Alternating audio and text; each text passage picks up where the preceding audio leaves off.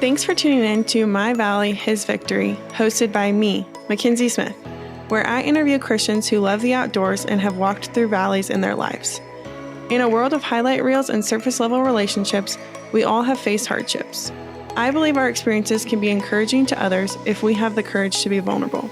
2 Corinthians 1 says, "The Father of compassion and the God of all comfort, who comforts us in all our troubles, so that we can comfort those in any trouble with the comfort we ourselves receive from God." My goal is to inspire you to come to the Creator through His creation and connect you with Christians who have been through similar experiences. I pray that this podcast encourages you if you are in a valley and pushes you to share how God has turned your past valley into His victory. This episode is brought to you by Highlander USA. Highlander USA is the adventure of a lifetime. It is a hiking event held in Big Bear, California, June 17th through 21st, with formats from 1 day to 5 days. If you're interested in hiking or backpacking and being around those who love the outdoors, look no further than Highlander. Use code Kenzie20 for 20% off your registration. I hope to see you there. On today's episode of My Valley, His Victory, we have Rachel Meyer. She is a follower of Jesus, coffee snob, wife, and a mom of 3 who calls Idaho home. As an avid hiker and outdoor enthusiast, she founded Summit Fit, where she helps women get strong and trail ready for their next adventure. When she's not coaching or homeschooling her kids, you'll find her skiing, mountain biking, or backcountry camping with her family, embracing the wild beauty of the great outdoors. Thanks so much for being with us today, Rachel. Yeah, thanks so much for having me on. I'm super excited to have this conversation. I feel like I've known you for a while with being on social media, so it's just fun to have a real life conversation here. So Yeah, absolutely. I always love getting to chat with people that I'm like, I feel like I've known through social media, but I just get to hear more and more in depth and just learn about you. So go ahead and just share with us a little more about yourself and who you are. Yeah, well, I am a mom of 3, wife, like the bio said there. I had a business called Summit Fit for about a decade, nothing super serious, but in my spare time as a mom, that's what I kind of work on doing. And of course, love the outdoors. We've been pretty transient for the past 5 years, which you'll kind of hear a little bit about through the podcast. So we've been all over the place. We've been in and out of the RV for 3 years, finally in a house. But yeah, we just love to adventure with our kiddos and follow whatever the Lord has for us next. So it's kind of been fly by the seat of our pants since the COVID years, which a lot of people can relate with that a lot. But yeah, that's kind of a little bit of what I do. Yeah. So you guys are in Boise now, is that correct? Yes, we're in Boise. So okay. And you said you were doing the transient thing for a while. Where was the last place that you guys called home before the whole transient thing? Yeah, we were in Colorado, so actually southwest part in Durango. We had lived in Colorado for 7 years and then moved out during COVID and then ended up coming back. So we did some traveling in the Midwest, sort of, but most of our trips were out west in the Colorado, Utah, Idaho area, and kind of just bouncing between those states. But yeah, we decided to spend the whole summer in Durango and then head up to Idaho. Let's see, it would have been late fall that we came up here. So yeah, that was fun. And you guys are in a house again, which means you're putting down at least a little bit of roots. Yeah, we have a real life lease, so we can't move for at least a little bit over a year. So, yeah, that's, I guess, if you're an RVer and you're somebody who moves around a lot, signing a lease will definitely force you to put down some roots. And when your children get braces, also. Okay, good to know. When your children get braces. Yeah, I guess you probably need a solid, consistent orthodontist for that process. You do. I mean, you can leave for 8 weeks and come back for your orthodontist appointment. But yeah, it definitely, once your kids get older, there are things that, kind of put your craziest adventures maybe to rest for a bit. So, yeah. Yeah. Yeah, yeah. So why Boise? What drew you guys to Boise? Oh, the community here is just unlike anything we've ever experienced. We are from the Midwest, so the Midwest definitely has that kind of Southern hospitality kind of feel still, not quite like the South, but and we wanted to be in the mountains still because we were in the mountains for many years and really wanted that again. But Idaho just had like such a good fit for our family, just with the community experience that we've had here. Yeah, it's like the Midwest, but with mountains. So it's like the best of both worlds. Okay, I like it. That was one of the places that me and my husband considered moving whenever we Oh, did yeah. our little stint too. So I totally understand the draw, but I always love hearing about it from someone else. Yeah. Well, Utah is one of the other places we looked at. So, maybe. Can't go wrong. Can't go wrong. We'll see. Yeah. So how old are your kids? You said you have 3. How old are they? Yeah, I have a 1-year-old, just turned 1, and a 10-year-old and a 12-year-old. So we have the full spectrum going on right now. Okay. Yeah. Very cool. Yeah, that's like you're getting into that almost middle school age, and then you have a newborn. That's a lot of things happening, puberty and then a newborn. Oh, it is. It is. It's like, yeah, you're really thinking about polar opposite things during the day. It's like my 12-year-old the other day was like, my husband asked him something and he's like, yeah, I'm just, excited to get my life started. I'm like, what? What are you talking about? You're 12. I mean, I want you, to mature and all of that, but like, are you ready to leave the house? And then we've got this baby like walking around, throwing things at everybody. So it's pretty hilarious. Oh my goodness. So talk to us a little bit about Summit Fit and what that is and how you serve people through that endeavor. Yeah, it has definitely evolved over the years, but I've always been so big on teaching women how to nourish themselves.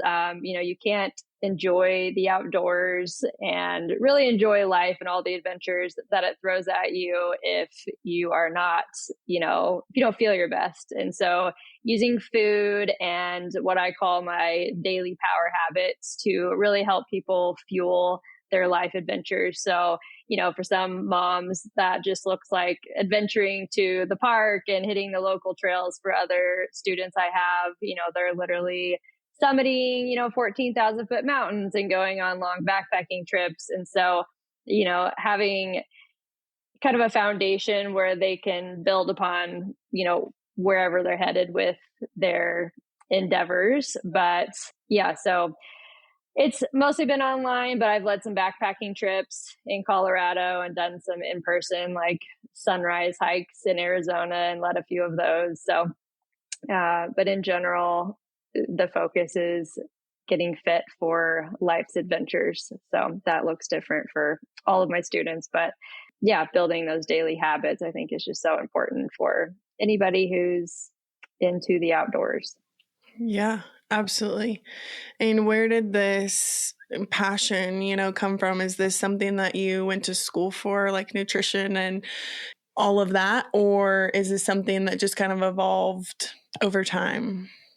Yeah, I've always been super into working out and eating healthy. I didn't eat so healthy as a kid, but I was always into the, working out side of things and did all the sports as a kid. I did actually get a 4-year degree in nutrition science and started out like as a personal trainer, but quickly realized I didn't want to work in a gym per se, and, did some other like holistic certifications, kind of took my own path with it. But I kind of converged my love of the outdoors with, fitness, working out, healthy eating, all of that kind of into one, which is where Summit Fit, the name comes from. I got really into like hiking and stuff when we moved to Colorado. So that's when I actually founded the business, came up with the name. So I kind of converged all of those passions into one thing. And so that's where that kind of came from. But yeah, it's always been kind of a passion of my life. So yeah. Yeah, no, that's cool. I didn't know if it was something that you were doing before you had kids. And then, you said you did a 4-year degree in it. So it sounds like that was kind of the plan. And then you had kids and you're like, how can I make this a, more like stay at home mom kind of right. thing where I can raise my kids and do this. And so it looks like you built something that is circulating around your favorite things. And that's always fun. So yeah, I think a lot of people, get their degree and realize a lot of what they learned they don't necessarily agree with nor want to like teach, but you have that piece of paper and got to have that. But I really went with like my own path like after I graduated from college, and that's kind of when I tell people the learning started, like what I actually teach my students today I didn't learn in college. yeah. So I did a apprenticeship on the largest urban farm in the United States, which is in Kansas City, and learned kind of like the food aspect of things, like outside of like learning about the USDA food pyramid, which is what they teach you in college for nutrition science, So lots of like really fun things that I was able to learn and experience that I've integrated into my philosophy as a coach today. So Yeah, absolutely. So I know that you mentioned that you really like hiking and backpacking. You've led some backpacking trips. Where is one of your favorite places that you've ever gotten to do that? Oh man, so many good spots. The backpacking trips that I led in Colorado were in the northern part of it. I'm actually blanking on the name of the wilderness. Indian Peak Wilderness is what it was. Just like stunning. So those were beautiful trips. But honestly, like I'm a total like desert person. And I don't know when that happened because I used to just like, I mean, I still love being in like the true mountains and the pine trees and having like the waterfalls and all of that. But I just loved, we took a trip to Moab. We were in the desert for quite a while last fall, and the hiking we did there was just my favorite. And I can't like pinpoint a specific trail. We were kind of all over the place, but Moab kind of has my heart with hiking right now. And we didn't get to explore a lot of the desert when we lived in Colorado because we were in the Crested Butte area and there was so much to see there. We didn't get to the desert as much as we wanted to. So I feel like I still have a lot of exploring to do in that terrain. So yeah, I would say Moab would be maybe a favorite spot as of right now. So yeah, absolutely. The desert is something I feel like you definitely come to appreciate the more time you spend in it. I feel like there's a lot of people who are like, "Ugh, the desert. Why would you ever want to go there?" But the more time I spend there, the more I'm just like, man, this place is awesome. yeah. And like you said, the mountains are great too. It's hard to choose, but there is definitely a respect and an appreciation, and it's different. But the desert is really special. So It is. I get you. I get you on that one. So I would love for you to share with us a little bit about how maybe being in the outdoors or being on some of these awesome trips play a role specifically in your relationship with Christ. Mm-hmm. Yeah, I think, in our digital world where we're so connected to, screens and we live so much of our life in this online space now, I think in this time in my life, the outdoors specifically like grounds me back to reality, in both the good and bad way, reminding you both of the good and bad, like things die and things, thrive, and you have some of both. And, you have seasons that are, cold and seasons that are warm, and, things never stay the same with nature. And I teach this a lot with my students, like seasonal living, really embracing each of the seasons and not wishing one of them away, to get to your favorite one, but really like being in the moment with the one that you were in. And I think being outdoors is just such a good reminder that like, Jesus is ultimately, like the author of things, and like the way that he has set things in motion is, the best way. And I think we lose touch with that in our digital sort of like life that's rather pretentious, in a lot of ways, the way that we live our life, because everything's kind of handed to us now. We don't have to go out and get our food. We just go to the grocery store and get it. But when you're out, backpacking, you have hunger pains, and you have the reality of, I don't have a hospital like right down the road, and so those types of things too. I think in just general, we get grounded with the Lord. I get grounded with the Lord when I'm outside, and I get good reality checks, that bring me back to Him and humble me in ways that like day-to-day life maybe doesn't do as much. So yeah, absolutely.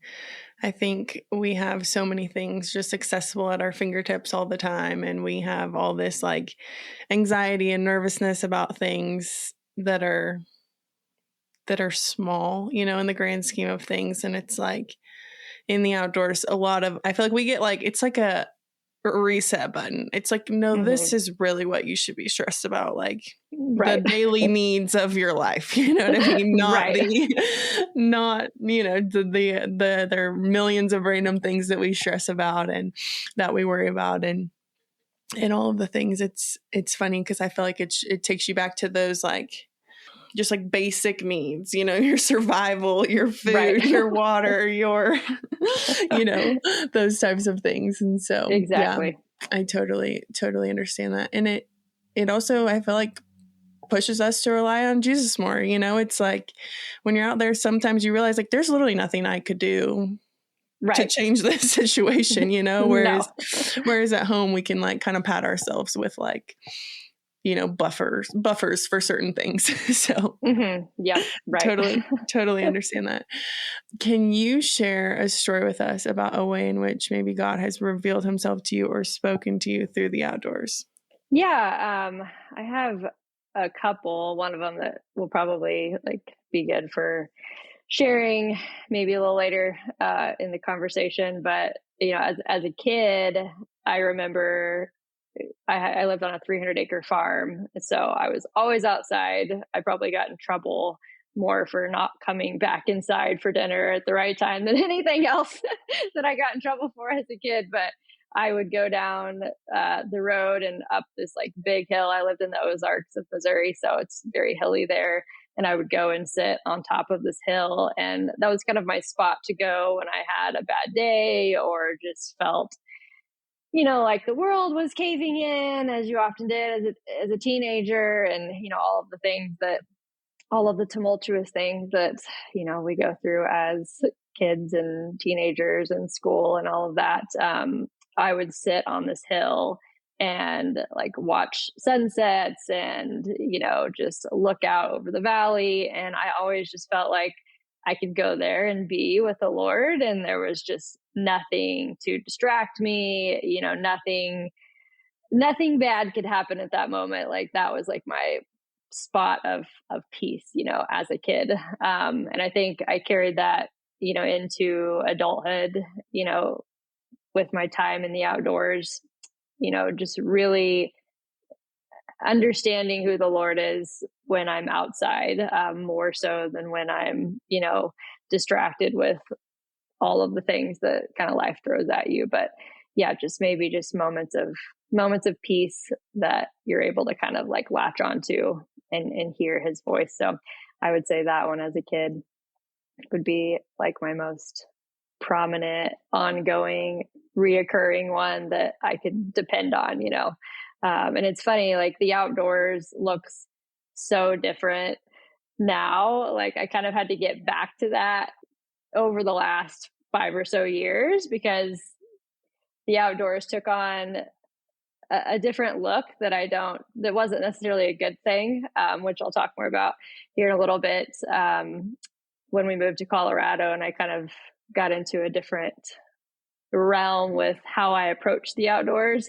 But I think that innocence that I had as a kid with going outside. Like I didn't look at it as an Instagram post or, I'm going to go find the next best place and then tell someone about it. Like it was just me and the Yeah. Lord, and that I don't think other than my husband, I don't think I've ever even shared this with anyone that I had that spot. I don't even know if I told my parents, like where I went on the farm, 300 acres is a lot. So there's a lot of different places you can go and wander Yeah. off to. But I think as I'm talking this out, just the innocence that the outdoors had for me to connect with him and no one else and just share that moment, in a relationship with him. So Yeah. Yeah, you had a go-to spot where you know that you could be, alone and be in silence and be able to connect. And I think that that's really valuable. We all need that spot. We all need a place where we can go and just like unplug, disconnect, and just, sit in peace and, in just knowing who God is and knowing that he created everything around us. And so I think that that's really helpful.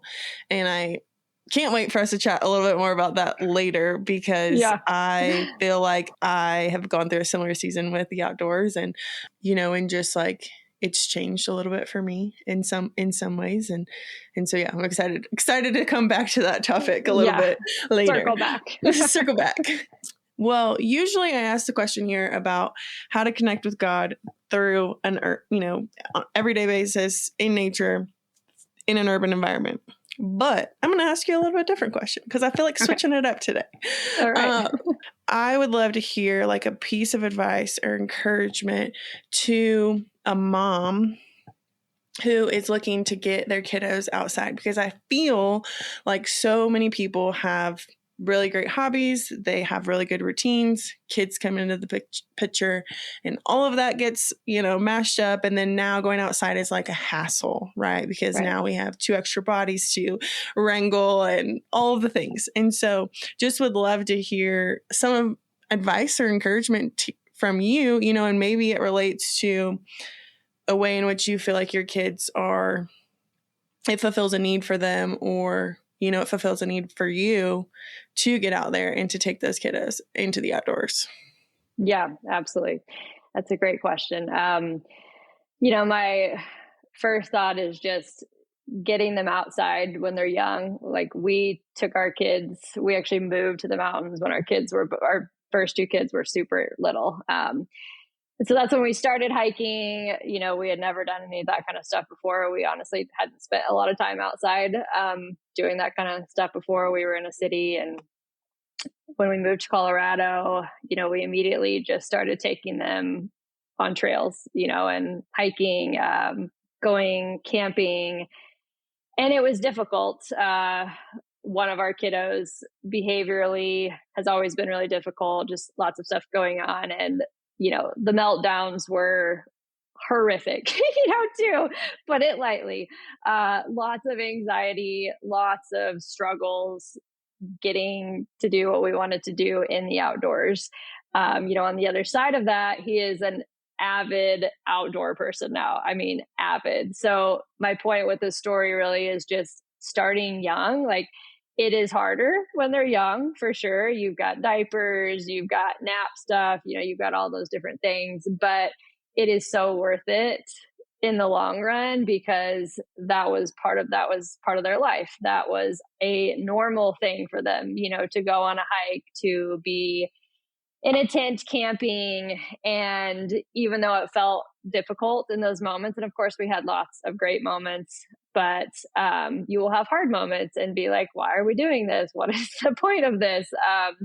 But I think it's also key to, pivot. Like, you don't have to go hike some, grand trail with your kids. Like, they don't know the difference between hiking with a beautiful waterfall or going and seeing a trickle, at the park down the hill. They don't know the difference when they're young like that. So it can be simple things that are close to you, local to you. It is exhausting to like plan trips without kids. Then you add kids into it. And sometimes that can just completely deter people from taking their kids into the outdoors. So I always tell my clients, just find stuff locally because there's lots of great things in your area that you probably don't even know are there, and get outside and, set just a simple amount of time. Like, we're going to go out for 30 minutes, and it will likely turn into like 2 hours, but it's kind of like a workout. Like, putting your shoes on and getting out the door is the hardest part.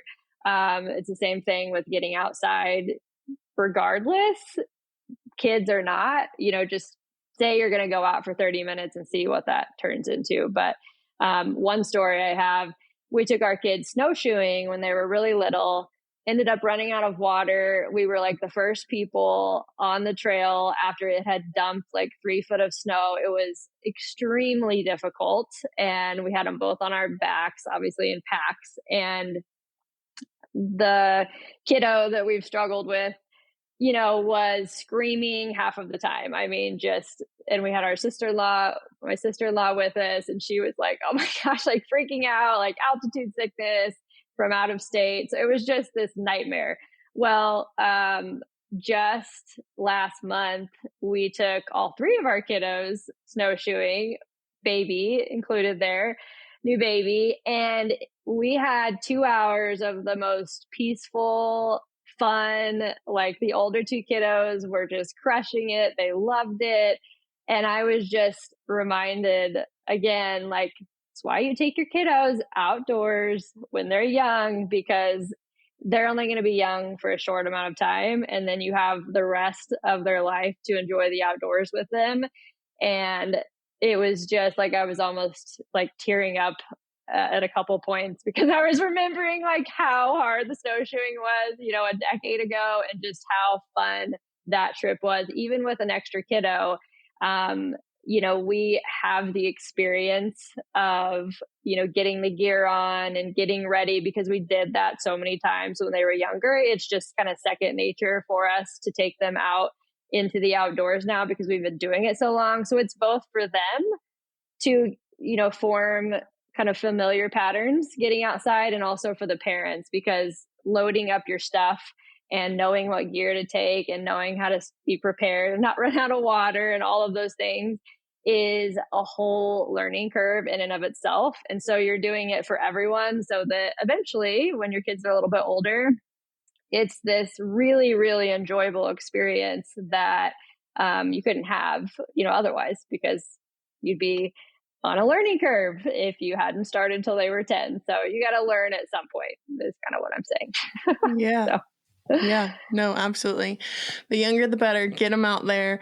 And at some point it will be rewarding, and it will be peaceful, and it will be all of the things. Right.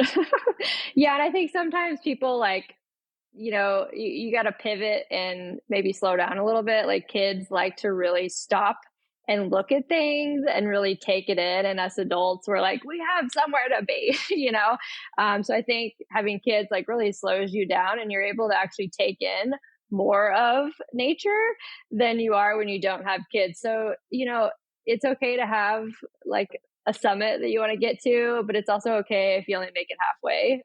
It might actually be more enjoyable to do that. So just create new expectations. Yeah, absolutely.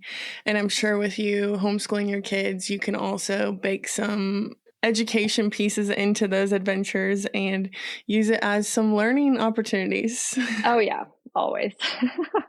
Well, Rachel, switching gears a little bit into the title of this podcast, My Valley, His Victory, would love for you to share, you've hinted at it a little bit already, but would love for you to share a valley or a season of wilderness that you've experienced, and just what God maybe taught you or prepared you for in that season. Yeah.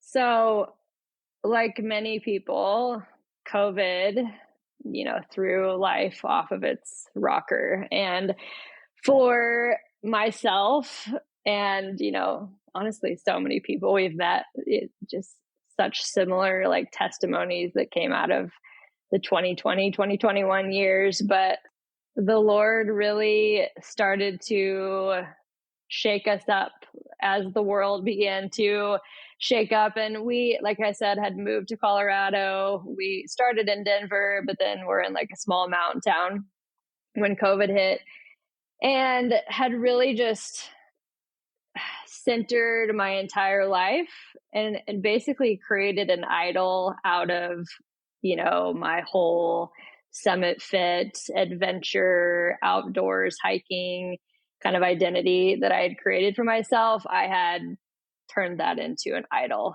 And, you can turn anything into an idol, right?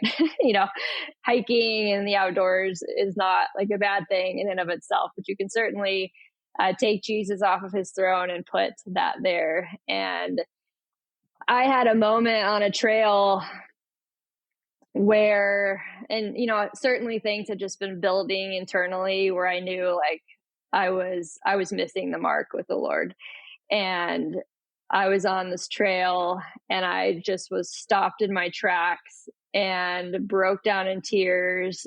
And the Lord just like really was able to get my attention.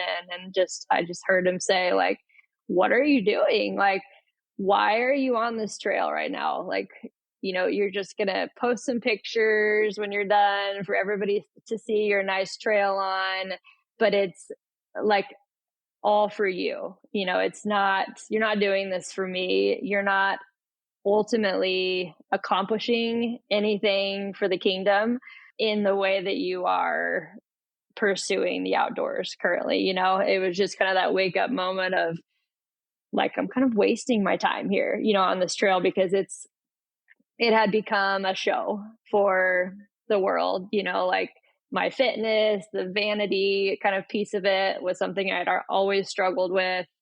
Fitness and vanity often go together, unfortunately. And then the outdoors played into that, just like, look at me on my trail and how cool I am. And my views are better than yours. And of course I didn't it's not like I, said that stuff online, but the heart, your heart, the Lord knows your heart. And I kind of got to that place on the trail that day and completely lost interest after that moment in hiking. I don't think I did another hike. That was in the fall. And then we moved out of Colorado that January. I don't think I did a hike till we left. It was just like gone. And I had to come to grips, it was lots of processing, but just coming to grips with like, what was the point of it, and I think with COVID, kind of like we talked earlier, the outdoors have a way of reminding you about reality. And I think I had become, detached from reality in a way. And I think the world shutting down brought us back to like things that actually matter. And I had been pursuing things that didn't have eternal value. And I felt dead inside because of it. And, he showed, I had that moment on the trail where I saw a different way, to do, like, pursue the outdoors, but I wasn't currently living that. And I had to go through, several years. We moved out of Colorado. We weren't near mountains. We moved back to the Midwest. We were in and out of the RV, super unsettled, both leaving the place we'd been for 7 years, leaving the mountains. It was just this total stripping process of everything that I had idolized. I actually got off of social media completely. I didn't do anything with my business. I went totally dark there and just kind of laid those things at the foot of the cross and it's not that I didn't think about them. I certainly had moments of just like ache inside of me of missing the mountains, missing that old way of life that had become so ingrained in my identity. I had to kind of become a new person, if you will. And we obviously ended up back out west, but it took years to get back here and be in a place now where I don't have this idolization of, posting my grand pictures on Instagram and, having this show for the world. When I go into nature, it really is, kind of like that pure form, like it was when I was a kid, when I was describing being on the hill. I've gotten back to that place with it. And it's been a weird and wild ride, but like Jesus, is on the throne of my heart now, and I have his light and I have his joy, and I'm able to actually enjoy like being outside again versus this tension and like kind of darkness that I had in me before, even though I was a proclaimed Christian. It was just kind of that side dish for me. And it brought me to a place of kind of a really dark place. And I'm so happy that like it took COVID to wake me up, but we all have that moment of like something waking us up, and that was mine. Yeah. What was it, if like specifically about COVID or like the season of life that you were in, that kind of made the switch? I know obviously you had this moment on this trail, but was there something else there that was like causing you to like reconsider everything? I mean, I know we all kind of reconsidered life during COVID, but I hope you understand what I'm asking. Yeah, it's sort of hard to explain. It was, my husband certainly felt it too. Like both of us, just clearest way I can describe it is just that we had really reoriented our lives around this Colorado living. And, there were lots of things in our life that just were not, we didn't have the peace, that we had before. Like it had kind of been stolen from us. Like my husband, did a lot of traveling with his job and, made good money and all of that. And we were able to buy like, our dream mountain house, kind of all of the kind of traditional path, that seems lovely. You have your dream mountain house and your husband has a great job and, your kids are at a good school. And, we were just kind of pursuing the road that, we're all told to take. Like that'll make you happy, right? More money and a bigger house and, better trails and better views. But what we found was it was actually just empty, and you can certainly obviously have those things and, have Jesus on your throne, but we did not. And so I think that's the difference is like we moved to Colorado and had a completely different experience, than maybe some other people have. And we had to be stripped of that. Like we couldn't continue down the path that we were on and follow the Lord at that moment. We had to strip that kind of stuff away. Yeah. So I think COVID just reshaped life in a way that you had to sit with those things that we had been ignoring for a long time.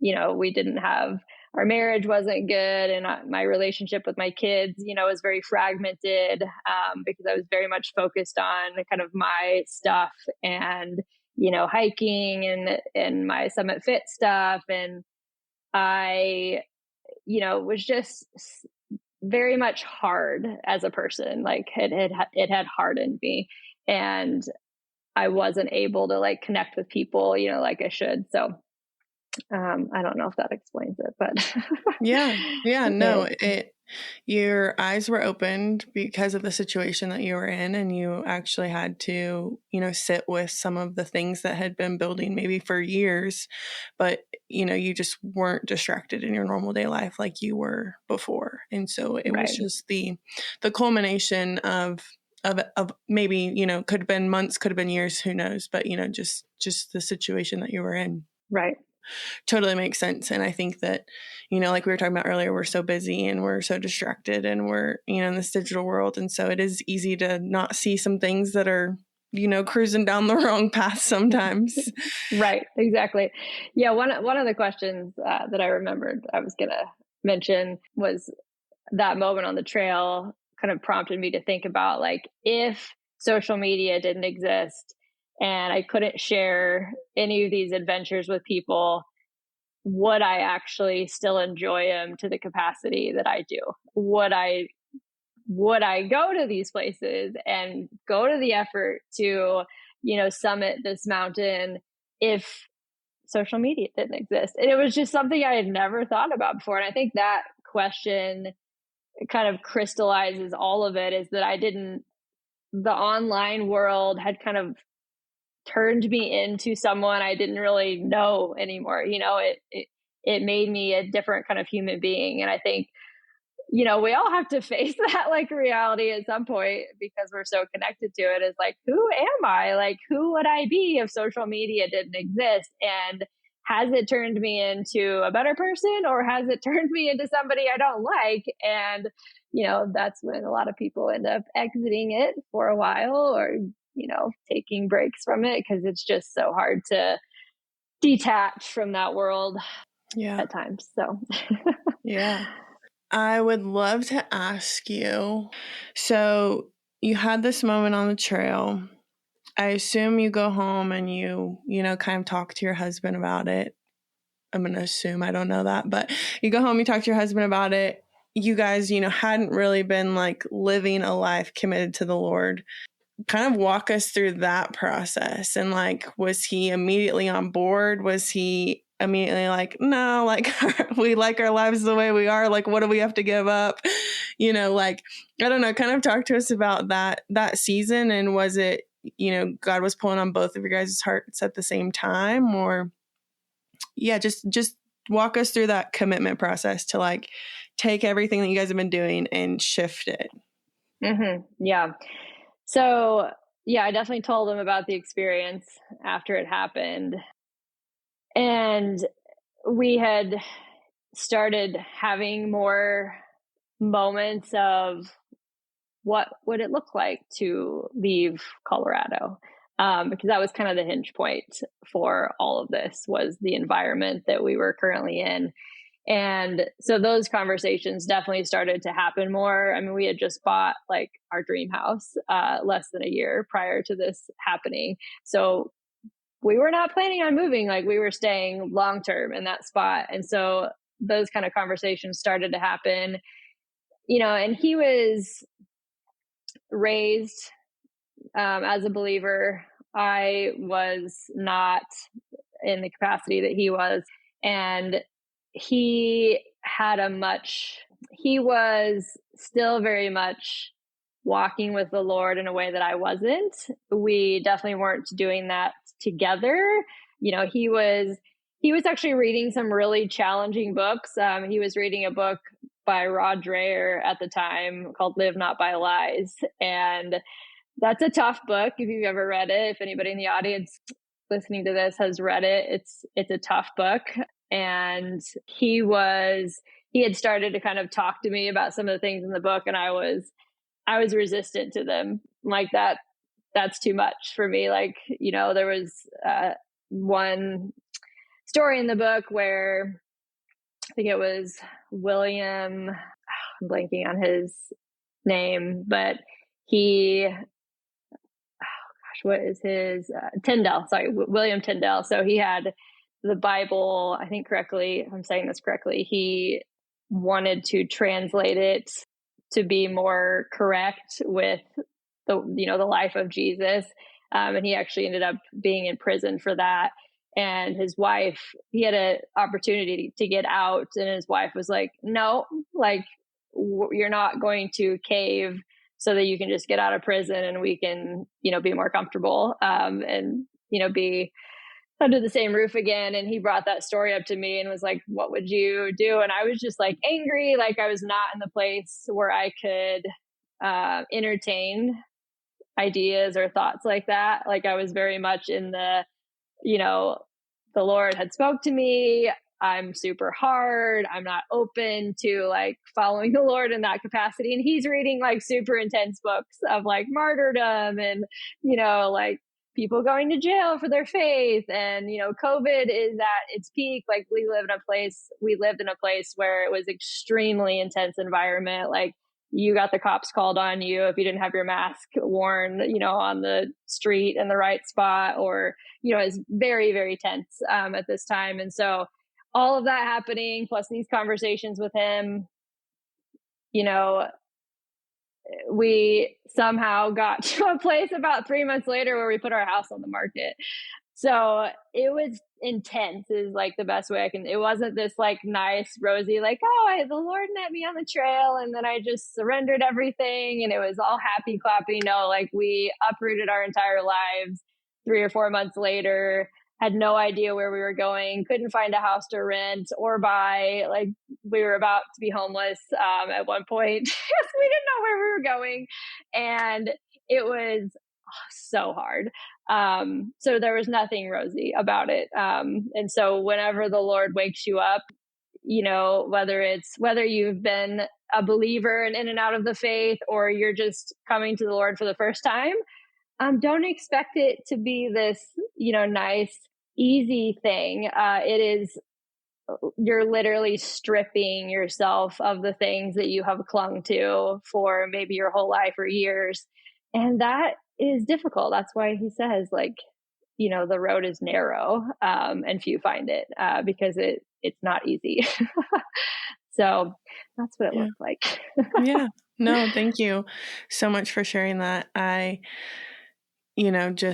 always interested in couple dynamics, in seasons like this, because, sometimes it's the woman, sometimes it's the man, sometimes God's working on each of them, in their own way. And, marriage is just one of those tricky situations where there's two people involved, and right. So, yeah, I just think it's always helpful to hear. And, it sounds like your husband was on maybe he was a couple steps in front of you, which is good. He's supposed to be the leader of the household and, supposed to be leading in that way. And so, yeah, that's really, really interesting dynamic, but thank you so much for sharing. Yeah. So for a listener who's maybe going through a similar season, and they are struggling with something that they have idolized, or they are going through a season of, I kind of know God and he's always been a part of my life, but I haven't like fully surrendered everything to him, and you go through that stripping process, or you go through, just that having to get rid of some of those idols. What piece of advice or word of encouragement would you give to that person? Yeah, one of the verses I kind of clung to during that time, and I'm blanking on the reference, but it's in Proverbs. There's a way that seems right to man, but in the end it leads to death. And that's kind of where I had, come to. Surrendering it all to the Lord is where life is. The devil likes to convince us otherwise, but you will never find happiness or joy or whatever, you want to call it, contentment, life, following your own ways. And my husband and we were actually talking about, I can't think of anyone's name, the football player. Tom Brady. Tom Brady I didn't see this interview, but my husband saw this interview where he was like, I had it all. Like I got to a place where I had it all. Like I won all these Super Bowls. I had all this money, I've got family. I've got this, nice life. Surely this isn't it, and just like such a thing to see, a celebrity, a pro football player, whatever, say out loud, because so many people are thinking that, but they don't say it out loud. It's like, we're just going to pretend that we're happy with this life. But in reality, following Jesus is the only thing that's going to bring you joy. And everybody's life and walk is going to look different as to what they give up, what they surrender. Like all of us have different idols. That's why Jesus confronted, the rich man, and he confronted people with like their specific things that they had going on, because for some people money, like they didn't care about money. And for other people, it was relationship and, marital stuff. Like he confronts the things that are on the throne of our heart, because until he's on the throne, we're going to be living in darkness. And we can pretend for a while that it's not dark, but like you're dying inside, and you'll get to that breaking point. And unfortunately, some people, just harden themselves and never get to that place where they surrender. But if you're at that place where you're feeling that tug, just like jump in. I mean, it was crazy leaving our house and selling it and like having no idea what we were doing, but we just knew like we can't do this anymore. We can't live in Colorado. We can't live in this house in this town. We have to go somewhere. And man, such a hard but beautiful journey, and like the best years of my life for sure. And like the happiness on the other side, not like happiness like the world gives it, but like that inner peace, that only Jesus can give us. So yeah. I like what you said there at the end about you didn't know where you were going. You didn't know what was ahead of you, but you knew that you couldn't stay where you were. And I think that so often we feel like we just need to know what's next. We feel like we need to know what's, where we're going to go or what we're going to do. And it's like, sometimes you just need to not be where you are. And sometimes you just need to not be doing the things that you're doing.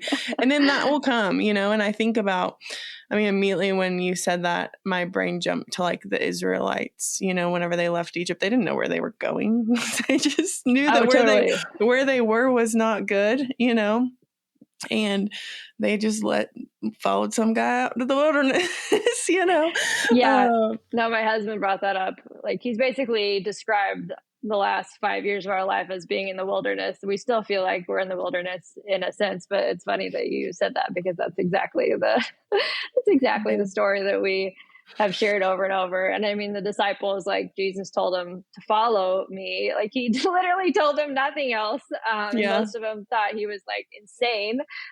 Most of their walk with him until he actually was crucified and, came back. Like even then some of them were like, what is going on? Like, you just like, that's what following Jesus is. Like, you don't know what's going on sometimes, but he gives you like the peace that you need to have. Like, you're not going to get like, there's not just like one way to do everything, like, I don't believe that everything is just like planned out. Like, I think that there are pivots and things that you can choose and not choose, but I think he's going to tell you, it's kind of like feeling your way. There's actually a verse in Acts that talks about feeling your way. And I think that's what it's like. But when that peace is gone, I know like I need to pivot, like something needs to move. And sometimes it's drastic, sometimes it's small. And in our case, it was drastic. So yeah, definitely. And I'm glad that you are, speaking of it too, of like, that wasn't a good season. Cause I think, so often we can, if our season right now isn't perfect and ideal, we can look back and we can start to like, oh, life was better when I was there, or like you start to forget about the bad, and just like the Israelites did, they were like, why'd we leave Egypt? It's like, you were slaves there. Like, Oh yeah. And so, I think it's always good just to remember like that was not good for us. And even though we may not feel like totally 100% settled and we know exactly what we're doing and, everything feels super right, we just, can't glorify those places. But I appreciate you sharing all of that and giving us those words of encouragement and even those verses that you shared there. I would love for you to share with the listeners before we wrap up just where they can find you, where they can find more about Summit Fit and all the things. Yeah. So I am on Instagram primarily. So Summit Fit Lifestyle is my handle there. So that's where I share my day-to-day stuff, recipes, all of the outdoor adventures, all that goodness. So and I have a website, summitfit.com, but nobody uses websites anymore. Okay. So nobody cares what my website is. Say hi on Instagram. I would love to be friends. Cool. Well, thank you again, Rachel, so much for being here and for sharing and for just walking us through this season of your life. And I'm just glad to know that you have committed fully to the Lord and dropped that idol. So thank you so much for sharing that with us. Yeah, thanks for having me. It's been fun. So. Thanks so much for listening to this week's episode of My Valley, His Victory. If you or someone you know are interested in being on this podcast, please email myvalleyhisvictory@gmail.com.